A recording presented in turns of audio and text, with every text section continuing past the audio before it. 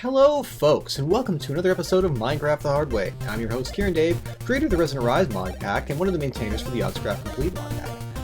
And I am here. Meanwhile, off in the distance, Sue, our dedicated companion and friend of all, is busy, and she's creating this whole new environment. So I'm going to kind of stay away from there, as she's working on the housing for the next part of our build, which is going to be mob farms. However, before we should do mob farms, there's a couple of little things I want to do here and there. Some experiments I thought maybe you'd like to run with me, because I really don't know a couple different things, and I'd like to see what happens. And then, maybe I thought I'd just talk about like sort of what the goals are coming up, because we've got this, oh boy, my inventory's full of witchery stuff. Whew, yeah, a lot of stuff. But we've got this infusion matrix going, so let's just go ahead and take a look at this. You know, we've got Thaumcraft Infusion, Obsidian Production, Simple Travel's done. I showed that off in a previous episode. We'll be working on some of these other things, but what I'd like to do, and also we got Witchery started, although, of course, that's an ongoing process. What I'd like to do today is go ahead and take a stab at blood magic. Now, I have a couple ideas for how we're going to power through it. Now, yeah, I think that maybe if I clean up my inventory and grab a few things, we can get started with this, because it should be fun. One sec. Right, folks, so inventory mostly cleaned. You might be saying to yourself, Dave, you said you were going to go and get started on blood magic. What are you doing down in the lab? Well, as soon as I run the update, our particle physics system should be fixed, so I'm probably going to fix that soon, but not right now. What I am going to do is toss a whole load of wood into this, and then we get cellulose. Now, you might say, Dave, why do you care about cellulose? Well, if we look at cellulose, let's take a look at its chemical formula. The recipe is, let's see, I want the recipe for cellulose. Yeah, so, and then we look at it, and then how do we create it directly? Now, there we go. Carbon, hydrogen, oxygen. We get all these things from cellulose, and we can decompose it.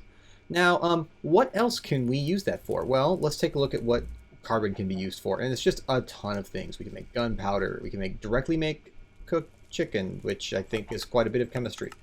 But one of the things, if you take a look, is we can make aspirin. I think that's how you spell it? Yeah. Aspirin. This is carbon, hydrogen, oxygen, right? So that sort of makes sense from that perspective. So let's go ahead and toss this stuff down, get some hydrogen, get some oxygen, get some carbon, and seem to be jammed. Now, all we have to do is just note it's 9 carbon, 8 hydrogen, 4 oxygen. So 9 carbon. Okay, that makes aspirin. Now, you might say, why do I care about aspirin? That sounds like it's just going to fix my headache. Nah. A little bit expensive to craft, but when we down it, we now have regeneration 2 for 3 whole minutes. 3. I can't even say it with a straight face. It's so good. Now, of course, Minechem is one of those mods that, like, so many people are afraid of it because it's a complicated looking mod, and you have to sort of know what you're looking for, and there's no real documentation whatsoever. But yeah, let's go ahead and make a little bit more of that stuff. That stuff is the good stuff. How much can we make? I think probably quite a bit. Yeah, quite a bit. So we just need a little bit more carbon, and we can toss it in. Right? So with this stuff, without a doubt, we can easily power through blood magic. Let's just take a look at what we can do with that. Because now, all we have to do is work on powering through our blood magic sacrifice play. For that, we're going to need, God, I've done this so many times. I'm not even going to really show you very much of it, because we're going to power through this really fast. What I need to do is I need to get enough blood to basically go through the first few tiers of altars, and I'm not entirely going to do it on camera. It's not going to be the most fun part of it when you power level and you've done this a million times. Kind of a weakness. But we're going to make a blood altar, right? And that takes not very much. Just a furnace, some smooth stone, and some gold, and a diamond. Yeah, so we have the blood altar, and of course we need our trusty dagger of sacrifice. Yay. I'm missing, I gotta grab a tin and not a iron. But yeah, so all I have to do now is just plonk this down, basically, and kind of gotta just get enough blood in this altar to make a stone. While I'm doing that, I'm going to set up a whole bunch of smooth stone to cook, because I need a lot of it to cook to get me the things that I need. And so this part of the process is pretty much the standard for everybody, but we're going to go to a non non-standard blood system pretty fast because I just have zero patience for this part of the mod. It's not that it's bad. I just want to say it's not that it's bad. I love this part of the mod, except for the fact that I've done it so many times. And there's actually content I really, really want to see later on in the mod, and I keep just having to reset my progress all the time. Okay, there we're on. Toss this, let's go like this, and fill it up a little bit. And you'll see that our regeneration is so fast that we can actually spam this pretty fast. You know, it's difficult for us as long as we're modest and not ridiculous. We can pretty much get this done with ease. So I'm pretty happy with this solution. This will let me go really fast, and of course it just costs wood and a whole heck of a lot of power, but don't worry about that. So now I can go ahead and pop this in and just basically keep this at a neutral bubble. Eventually this will start. I think I have particles turned off for my frame rate. Let's go options, video options, particles. Oh, there we go. And as you can see, we're just going to tear right through it. Oh man, the particles in Sortex are not great, so I'm probably going to leave these off because this is a little bit much. Yeah. Let's just turn off that freaking rope-a-dope. There we go. Minimal. But yeah, so this is a pretty fast way. It does help to have the particles on when you're doing transmutations, though, so that you can see them. Hello, you gonna finish? There we go. I have a weak blood orb. There. Now I can toss that in, and it will drain the altar dry. And so now what we can do with this weak blood orb is basically have the first stage of all of our delicious, lovely stuff. In fact, I don't think I need that much. So let's just start. Basically, what I'm going to do is I'm going to start powering through this. I'm probably going to move this a little bit further downstairs, or upstairs actually, just to move out of the way a little bit, because I don't want to necessarily get in Sue's way when she's teleporting in and out, because she's working on our build over there, and the last thing I want to do is discourage her from building buildings from me. So what I'm going to do is I'm going to start doing this. It should go fairly fast because of the way that I have set things up here. So what I will do is I will just keep flashing over, but the next thing I'll need to do is make the blood runes for the second tier of altar. There's really no reason to wait on making that.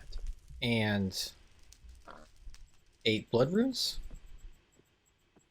So now we can go up to tier 2. And yeah, but I thought I'd pop out here and just keep Sue company as she builds, because she's, you know, she's working hard. There's no reason not to work hard.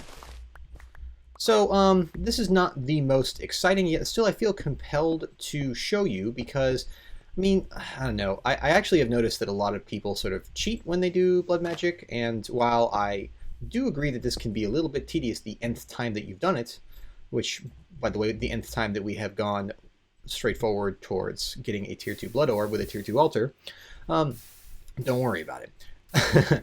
What this will keep going while we regenerate. But I thought I'd take a moment to just sort of talk to you guys about OpenEye. It's this thing, Resonant Rise and Yogg's Craft Complete are including it. It's a new mod done by the same guy who did Open Peripherals and all kinds of really cool computer craft stuff. Really, really neat mod, and what it does is it gives you, the user, the power to sit down at your computer and say, automatically send all my bug reports that I get when I play Minecraft off to a central server. Modders there could look at it and they could be like, oh yeah, I will fix that, or they could not look at it, and or they could even say, no, I won't fix that, it's not my problem. The thing is, they get the power to like see and choose what to do, right? And you get the power to automatically know that your bug reports are being submitted, at least for the ones that are crashy, right? Now, you know, I'm sure there's a whole bunch, sorry about that. Level 2, so let's go ahead and fill up our blood pool now. And then we'll work on probably making a little bit more, a few more of those things so we can make some of the things that we need, just a few. Anyways, yes, OpenEye. So it gives you, the user, the power to submit your crashes. And then other people can look through those crashes and maybe fix things. There's been a surprising amount of resistance to OpenEye that I've seen. For example, Feed the Beast has said they're not going to include it, on the grounds that some modders feel uncomfortable with not being able to opt out. That's what they've told me anyways. I honestly don't know what sort of response that is. It's strange to me because, I mean, modders, we really appreciate what they do, and they do great stuff, and we actually do a lot of things they ask. At the Resident Rise project, there's not many modder licenses we won't listen to, which is a strange thing to say, but it's true. We actually listen to most of the modders' licenses, even when we know they're not legal. We listen to them as a matter of respect and a matter of thanks. Sometimes we'll give them advice and we'll say, by the way, your license is not legal. You can't enforce it. If you'd like, we can give you some recommendations and let you talk to some other modders who do know a lot about this. Not many of them take us up on that offer, to be honest, but we feel like it's the good Samaritan thing to do to at least offer that if they're having an illegal license, because if it ever comes to time that someone's really actually stealing their work, we don't want to be, necessarily in a situation where we could have helped someone save their work from being stolen and we chose not to. We think that's bad. But on the other hand, the modders who say they're not comfortable with being able to opt their mod out of OpenAI are, I think, in my opinion, wrong, and I think legally wrong. Morally and ethically on the side of my opinion in the modders. From a legal perspective, the users own their crash logs. That's all there is to it. You don't get to choose what you want. You don't get to choose, like as a modder, I can't say, oh, well, you can't talk about the crashes that I have, because they're running on your machine with your JVM, and part of the JVM license agreements include stuff that's been shown basically to say you get to own your crash logs and no one can tell you what you can say from your computer. You can't make a license agreement without being in violation of Sun's license. So, from that perspective, the perspective that the authors are exercising copyright, we think that they're wrong. And we think they're wrong in a bad way. Other modders have said that they don't feel comfortable with the notion of oversight without opt-in. So they say that they're acting on behalf of the user and not letting people exercise rights over the user. And so OpenAI has been tweaked so that now you have to opt in as opposed to opting out like it was before. And I think that's great. We should make sure to be very transparent with the users.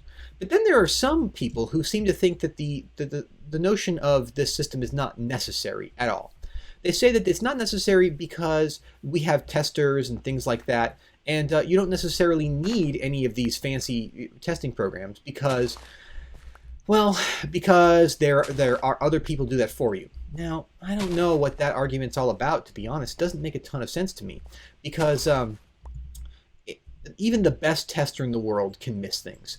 If our entire world hangs off of testers and just special testers who get beta access, etc., then we're never going to really get great opportunities to really test our software.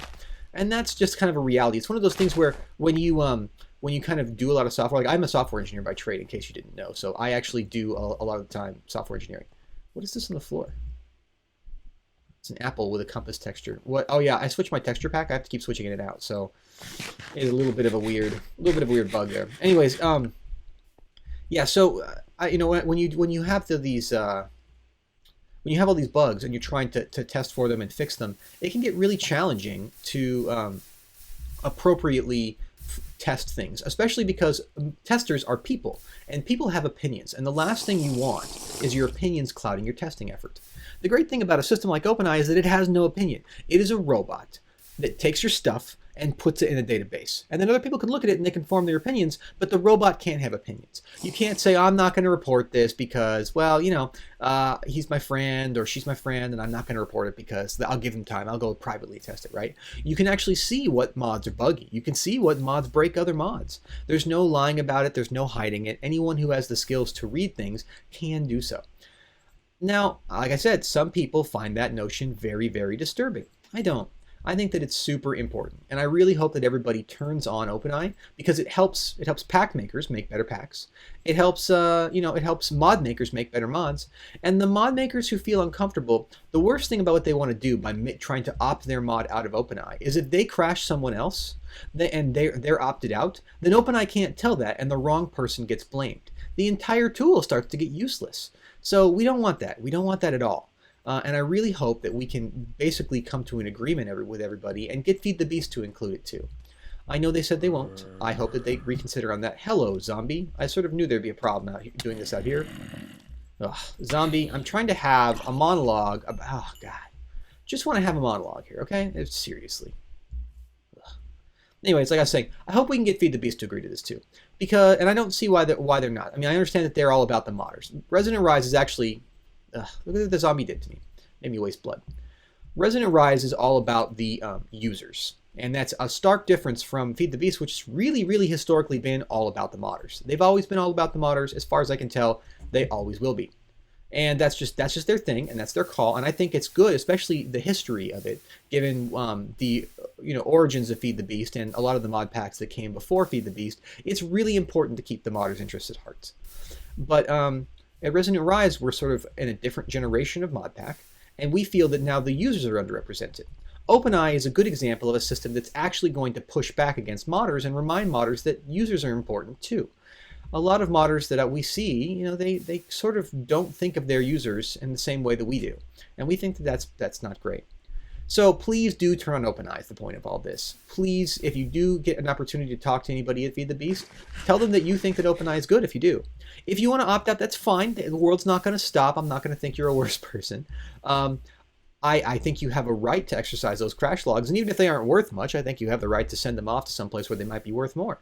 So please do consider doing that.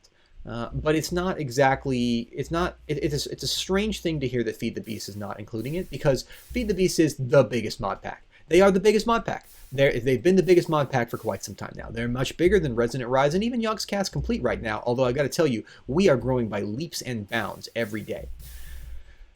For sure, we are growing incredibly fast, but that doesn't mean that we're as big as Feed the Beast yet. They've had a long time and a long head start, and maybe one day we'll catch up, maybe not.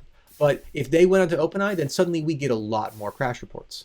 So please, if you do get a chance to talk to them or you talk on their forums, just be like, yeah, I think that we should add OpenEye. Why wouldn't I want to add OpenEye? Ask them that. Because it is a tool for the user to use the user's property to help modders, right? So how's that bad for modders?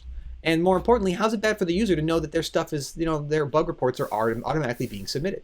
Getting a little low on, whoa, wrong key there. That almost got grim. Anyways, yeah, so, it's a thing where why wouldn't you want to do this? Why wouldn't you want to help out modders? It's just a good win all around. And of course, Blood Magic wouldn't be complete without a lava crystal, which we can then use to kickstart.